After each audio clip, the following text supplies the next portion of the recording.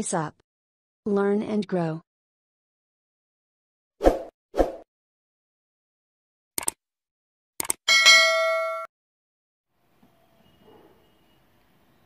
Hello friends, welcome to my channel pace up. आज हम देखने वाले हैं थ्योरी ऑफ लर्निंग का नेक्स्ट थ्योरी, जो कि दी है बीएफ स्किनर ने। बहुत ही इम्पॉर्टेंट थ्योरी है, जिसको हम ऑपरेंट कंडीशन भी बोलते हैं, जिसको हिंदी में बोला जाता है क्रिया प्रसूत अनुबंधन का अधिगम का सिद्धांत।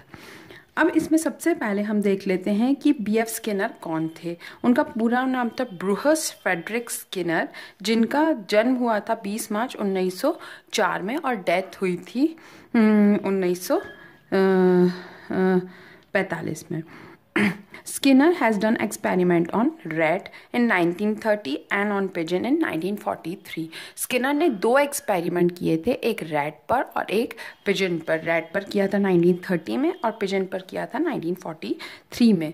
Skinner was a very famous behaviourist, जिन्होंने बिहेवियर पे बहुत ज़्यादा ध्यान दिया कि बिहेवियर से क्या चेंजेस आ सकते हैं किसी के काम में, किसी के वर्क में।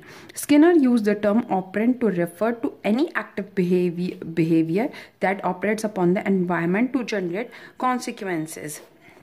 मतलब कि इंस्टेड ऑफ इंटरनल बिहेवियर उन्होंने एक्सटर्नल बिहेवियर पे ज़्यादा ध्यान दिया। एक्सटर्नल बिहेवियर यानी अगर आपके सामने कोई भी कंडीशन आती है और उस पर आप किस तरीके से बिहेव करते हो, उस पर उनका ज़्यादा ध्यान था। Active behaviour that operates upon the environment to generate consequences, आपकी स्थिति के अनुसार आपके कैसे बिहेवियर आते हैं, उस पर स्किनर ने बहुत ज़्यादा ध्यान दिया। Skinner is regarded as the father of operant conditioning. इनको फादर ऑफ ऑपरेंट कंडीशनिंग भी कहा जाता है। His work was dependent on Thorndike's law of effect। जो हमने पिछला वीडियो किया है अपना थॉर्नडाइक की थ्योरी पे, वो आप एक बार जाके देख सकते हैं। उसके बेस पर, थॉर्नडाइक के लॉ ऑफ इफेक्ट के बेस पर इन्होंने अपनी ये थ्योरी दी थी।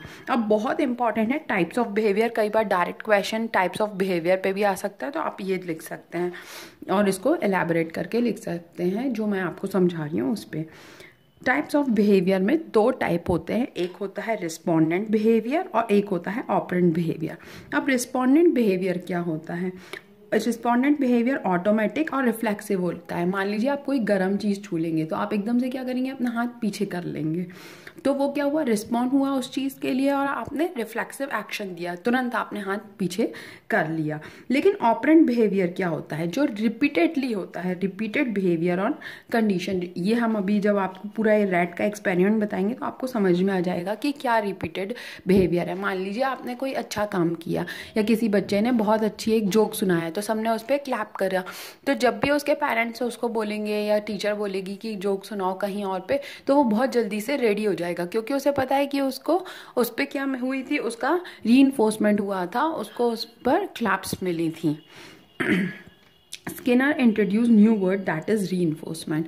रीइंफोर्समेंट यानी किसी को भी मोटिवेट करना किसी चीज़ पर कि आपने ये काम अच्छा किया है, या तो बोलकर या कोई चीज़ देकर या सबके सामने अप्रिशिएट करना, वह एक रीइंफोर्समेंट होता है। रीइंफोर्समेंट स्किल पर भी एक पूरा वीडियो बनाया हुआ है, नीचे डिस्क्रिप्शन में भी दिया हुआ है, आप उसको जाकर देख सकते हैं।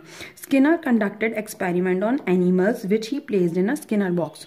स्किनर ने एक स्किनर बॉक्स बनाया जो आपको वीडियो में साइड में दिखाई दे रहा है, और उस पर उन्होंने एनिमल्स को रखकर एक्सपेरिमेंट किया, जो कि बहुत सिमिलर था थॉर्नडाइक के पजल बॉक्स की तरह ही था, क्योंकि थॉर्नडाइक के पजल बॉक्स में भी लीवर होता है और स्किनर के बॉक्स में भी लीवर था। अब उन्होंने पहला एक्सपेरिमेंट जो किया रैट पर, सेकंड उनका पिजन पर था, वो ज़्यादा पूछा नहीं जाता है। जब भी आपके एग्जाम में आए तो आप रैट वाला ही एक्सपेरिमेंट लिखिएगा। अगर आप दोनों लिखने के चक्कर में रहेंगे तो आपके बाकी के क्वेश्चंस छूट जाएंगे। मेरे ख्याल से ये 5 मार्क्स के लिए जितना मैं आपको बोलकर बता रही हूँ और जितना मैंने ये लिखा हुआ है वो बहुत सफिशिएंट है आपके पूरे मार्क्स स्कोर करने के लिए। Skinner showed how positive reinforcement work by playing a hungry rat in a Skinner box. Reinforcement कैसे काम करता है? अगर आप एक भूखे रैट को, चूहे को एक स्किनर बॉक्स, जो स्किनर बॉक्स उन्होंने बनाया था उसमें रख देते हैं, कैसा चूहा? हंग्री चूहा। और रीइंफोर्समेंट कैसे उसमें वर्क कर रहा है, यानी उसमें पॉजिटिव, जो आप इसमें देखेंगे कि कैसे पॉजिटिवली वो स्किनर बॉक्स वर्क करता है।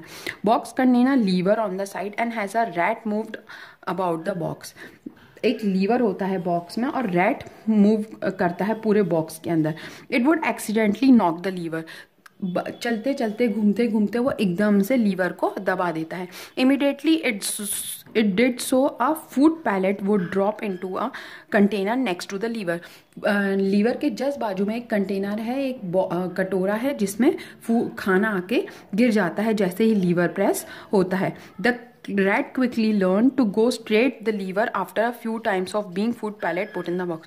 तो अब थोड़े देर बार बार ऐसे करने पे रैट क्या करेगा कि अब वो पहले जितना टाइम लग रहा था वो उतना टाइम नहीं लगेगा और वो जल्दी से जाके लीवर प्रेस करेगा और उसको खाना मिल जाएगा। तो उसने क्या किया, उसको कहाँ से रीइंफोर्समेंट मिला कि जब भी ये लीवर प्रेस होता है वहां से खाना गिरता है, तो ये उसके लिए एज अ रीइंफोर्समेंट वर्क कर रहा है जो खाना है। The consequence of receiving food, यही चीज, the consequence of receiving food if the press lever ensured that they would repeat the action again and again.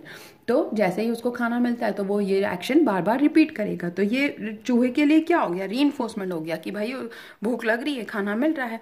अब रीइंफोर्समेंट के भी अलग अलग टाइप हैं। बहुत बार ये डायरेक्ट पूछा जाता है डिफरेंट शेड्यूल ऑफ रीइंफोर्समेंट क्या है। तो आप ये जो मैंने आगे लिखे हुए हैं उनको लिख सकते हैं और ऊपर की थ्योरी में से कुछ पॉइंट्स स्किनर्स के लिख के फिर इतना पार्ट आप लिख सकते हैं।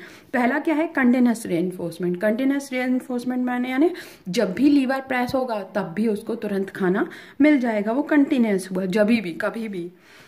फिक्स रेशियो रीइंफोर्समेंट में क्या होता है कि भाई मान लीजिए आपने क्लास में बोला कि जो बच्चा 5 क्वेश्चन के सही आंसर देगा उसको एक चॉकलेट मिलेगी या उसको एक स्टार मिलेगा। तो वो फिक्स्ड रेशियो हो गया कि जब तक 5 करेक्ट आंसर देगा तभी उसको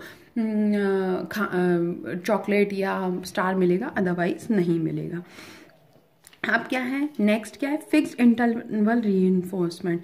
जैसे कि हमें कुछ समय के अंतराल के बाद ही रीइंफोर्समेंट मिलता है। जैसे सैलरी कैसी है, हर दिन नहीं मिलती है, मंथ में एक ही बार मिलती है।